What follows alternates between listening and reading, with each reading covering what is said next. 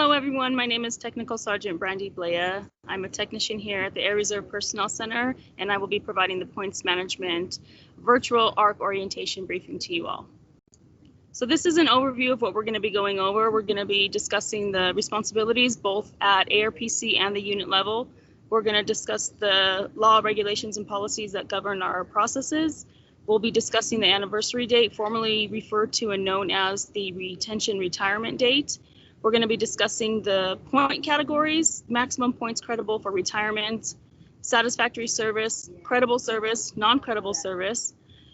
The PCARS printout is an example of kind of what you'll see when you pull your PCARS printout from the system. Common service history, status codes, CMS cases, BCMRs, and also trends.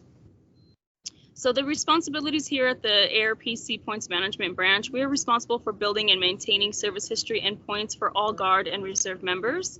We manually update any distributed learning, non-paid points, and any points that may have been rejected in the pay system. We fix points for years prior to the current year. We also integrate counterpart service points and service history. We support units and members with any anniversary dates or PCARS 04E questions. We're considered the subject matter expert to the AFIPS initiative and also the promotion boards. At the unit level, you all are responsible for reviewing and updating members' points for the current anniversary year, and that includes the 60 days following their anniversary date. So one thing that we see a lot is for AGR Stat Tour members at the unit level, their points are not always updating. And so what we always like to inform you all, if this is the case and you're experiencing this with some of your unit level AGR members, that we actually have a MIPER standard text with instructions on how to correct their records. So you could reach out via MIPERs and just indicate, you know, that you have a unit level AGR Stat Tour member whose points are not updating, and we can provide you with the standard text with instructions on how to correct that. We also encourage you all to encourage your members to review their point history every month following their drills and prior to changing components. This just helps them with making sure that their history, all of the duty that they're performing is being updated, not just for pay, but for points as well. So we encourage you all to encourage your members to verify that their point history is correct following every drill. So these are the various law, regulations, and policies that govern our processes. I think the biggest change to these is the AFMAN 362136. This AFMAN combined the last AFI versions 1, 2, and 3 into one AFMAN. One of the changes is to the ECI points. ECI points will now be divided by 4 instead of 3 per contact hour. So for each point, you have to do 4 hours of study hours to get 1 ECI credit. Also, the ANGI 36-2001 and the DODI 1215.06 and AFI 362254 Volume 1, they recently increased the number of authorized AFTPs from 48 to 72 per member per FY, and AFTPs from 30 to 36 per FY per member. So this slide, we're going to discuss the anniversary date. This was often referred to and known as retention retirement date. So what is an anniversary date? It's basically the foundation for calculating retirement points and retirement eligibility. 20 years of satisfactory service is for reserve retirement, and 20 years of total active federal military service, also referred to as TAFMs, is an active duty retirement. So it's changed throughout the years, but starting on 1 October 1995, the anniversary date is established on the date the service member enters into active service or active status in the reserve component. This will include delayed entry. The anniversary date is only adjusted for breaks in service. So the anniversary date is established by the date you enter military service. We use the DD Form 4 as a reference. An anniversary year begins on one day of 1 year and ends on the preceding day of the next year. So an example of this, if the initial date of enlistment was 1 July 2019, then the R&R year would conclude on 30 June 2020. So these are the various point categories. It's pretty self-explanatory. So while you're on active duty, you earn 1 point per day.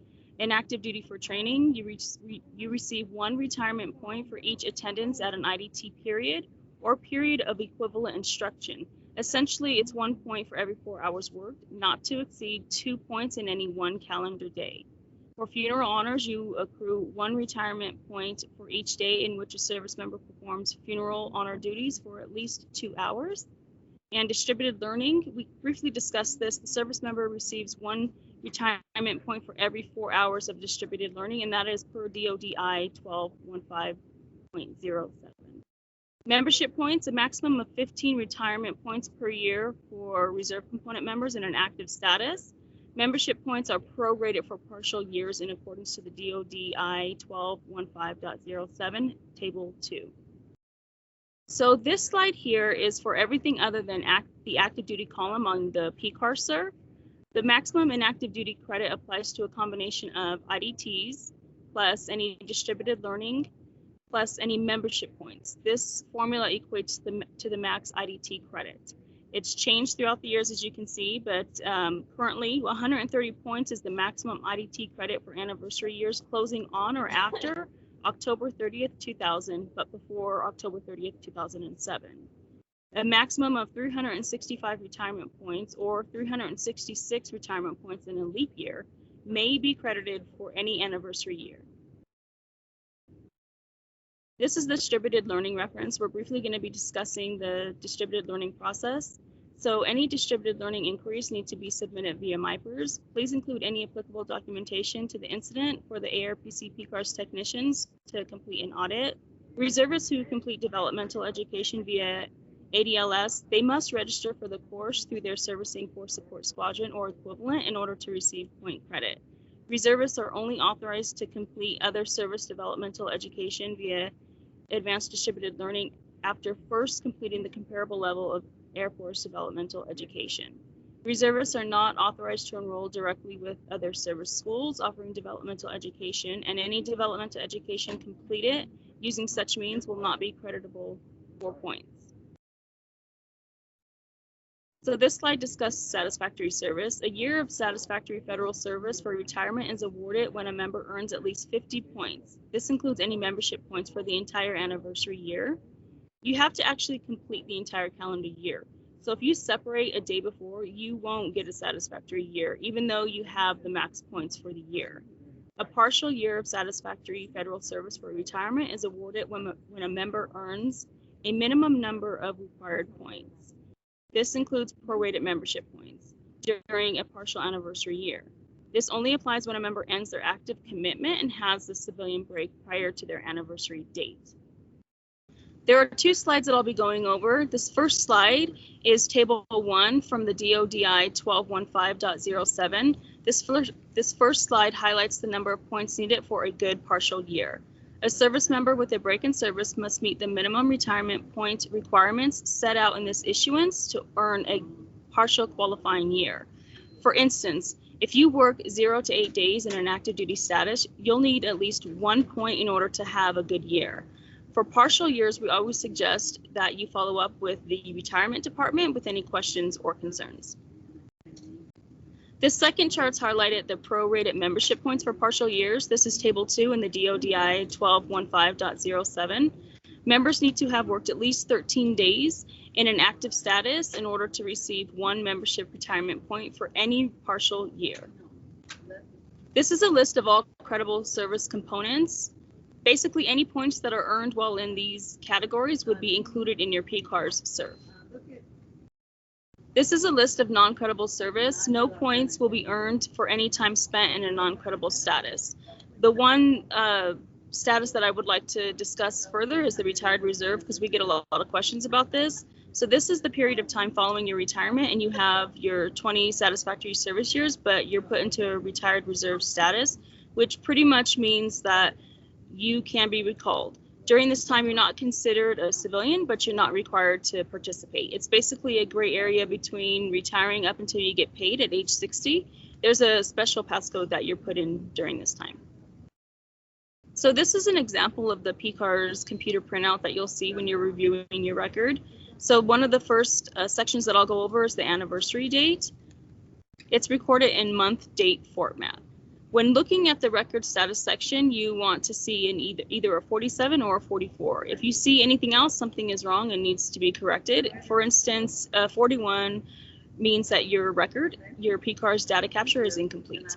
If you see an 80, that means that there's a lost point date, which means no points are being recorded to the member's PCARS record. If you need assistance with this, you'll need to send ARPC PCARS a MyPERS incident, and we can assist you with correcting the member's record. Just below that, the TAFMs. This is your total active federal military service. Your TAFMs will be displayed in year, month, day format. This basically highlights the total number of days spent in an active duty status throughout your career. The retirement point section, I discussed max points on a previous slide. Whenever a member receives points over the 130 max, you will see a difference between the total and the retirement columns. So in this example, the total column has more points than the retirement column because at some point during one of the member's anniversary years, the maximum amount of points were received. Everything after the 130 maximum will not count towards their retirement points. This could be due to an IDT cap or a max year cap. Or if you're an AGR on 365 orders and you complete ECI, the ECI won't count towards your anniversary. Please encourage your members to review their PCARS summary, and if there is a difference between these two columns, remind them that at some point during any one of their anniversary years, max points were reached, and any points over the max will not count towards retirement. Satisfactory service highlights the number of years of satisfactory service a member has completed throughout their entire military career. And the service component codes are discussed on the next slide, so we won't go over those on this slide here. So down below, the current year point categories, 1 through 5 means that it's active duty points. If you see a 6, it's an AFTP, which essentially is an IDT. If you see a 7, it's a paid IDT, and an 8 is a non-paid IDT. If you see a 9 on your current R&R year points, that is distributed learning points. And to the left, your year-by-year service history is separated by each of your service history anniversary years. This slide is the service history status codes. These are primarily important for ARPC PCARS technicians to know. However, this could be also nice to know at the unit level when members are reviewing their PCARS printout and they have questions. So these are just the various codes that you will see in the history status column on the PCARS computer printout. So for instance, if you see FR, it's active duty Air Force. MR is active duty Marines. It's pretty self-explanatory. The non-credible time is usually in an X format. So for instance, XC is a civilian break. XT is ROTC. So these next two slides, I'll be discussing the case management system. The first one that we're going to be discussing is the over 4 enlisted CMS cases that we process. Eligible officers are in grades 01 through 03, and the service members must have accrued at least 1,461 retirement points as a warrant officer or an enlisted member prior to their commission date in order to satisfy the over 4 years service requirement and be eligible to receive the over 4 enlisted pay entitlement. The over 4 enlisted pay and point adjustment process it starts at the member's unit level. So the CSS or the FSS will submit a CMS case to DFAS RC Indianapolis. The CMS case must include the oath of office, which is the Air Force Form 133, and the GR Bolt Cerf, which is a MIL-PDS product. Once these two source documents are attached to the CMS case, the unit level will need to refer the CMS case to DFAS RC Indianapolis, and they are responsible for forwarding the case to ARPC 04E for further action. Once we receive the CMS case at our level, we verify that the member did in fact accrue 1,461 retirement points prior to their commission date, and if so, we update the 04E flag in MIL-PDS. Once we do the MIL-PDS update, we refer the CMS case back to DFAS, where they're responsible for updating the member's pay record. This slide, I'll be discussing the AFTP CMS cases. The regulations recently increased the number of authorized AFTPs from 48 to 72 per FY per member. We ask that the units only initiate a CMS case when members have already exhausted their initial 48 AFTPs. ARPC PCARS requires a digitally signed military pay order, which is a DD Form 114, in order to process AFTPs. The military pay orders need to specify AM or PM when only one period is needing to be updated.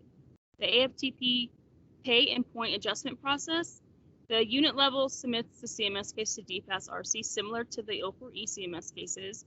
These CMS cases need to include the DD Form 114 and also the NGB Form 105S. DFAS RC Indianapolis will manually process pay for the AFTPs and refer the case to ARPC PCARS for further action to update their points. Once we receive the case, we update the points in their PCARS record, and then we are responsible for reporting the CMS case back to the point of origin for case close actions. During this slide, I'll be discussing common CMS case issues that we see at the ARPC PCARS level. Oftentimes, a lot of the pay affecting CMS cases that we receive, like the O4E and the AFTP cases, they're not initially routed properly through CMS. So any pay affecting CMS cases, which O4E and AFTP cases are, they first need to route through DFAS RC Indianapolis. When we receive cases directly from the unit level that did not route properly through CMS, we're responsible for referring those cases back to the point of origin and request proper routing procedures. Also, we receive miscellaneous pay and point adjustment CMS cases, and we ask the units to please, when you're sending these CMS cases, please specify exactly what actions ARPC PCARS needs to take within the actions and comments section. This will help alleviate us referring the case back to the point of origin to request clarification. Ultimately, what we're trying to do is expedite the processing of the CMS cases and getting the members' points updated in a most efficient and fast way without having to refer back to the point of origin for clarification. Also, each CMS case requires some sort of source documentation. Oftentimes, we receive the documents, but they're not filled out correctly. They're either missing entirely from the CMS case, or they're not digitally signed, or they're oftentimes also for the wrong member. So we please ask that you review the source documents prior to uploading to the CMS case, ensure that they are in fact for the correct member, and that they are digitally signed and filled out correctly. This will help alleviate us referring the case back and requesting proper documentation and ultimately delaying the processing of the member's points. During this slide, I'll be discussing BCMRs, the Board for Correction of Military Records. We ask the units prior to submitting a BCMR, please exhaust all other remedies first. Oftentimes, errors can be corrected administratively. Oftentimes, the BCMRs that are submitted to our section are first attempts at resolution. We ask that you please contact ARPC Points Management via MIPERS before submitting a BCMR. A BCMR is a last resort. Once a BCMR is initiated, ARPC PCARS technicians are unable to assist until the BCMR is resolved. Some trends and topics that I'd like to discuss is the recent updates to Air Force Manual 36-2136 regarding non-paid points. Non-paid points must be processed in UTABs or by a member servicing personnel office within MIL-PDS no later than 2 months after the member's anniversary closeout to be credited for satisfactory service. However, as long as the member's unit initiates a MIPERS incident and it is submitted prior to the member's anniversary date closeout, an ARPC technician will update the member's points. This second slide of trends and topics that I'd like to discuss is basically the units providing members a copy of their final point summaries prior to retiring or separating. Make sure that you inform the members that they need to keep this document for life. Also, we ask the units to please do not call or email ARPC Points Management technicians directly.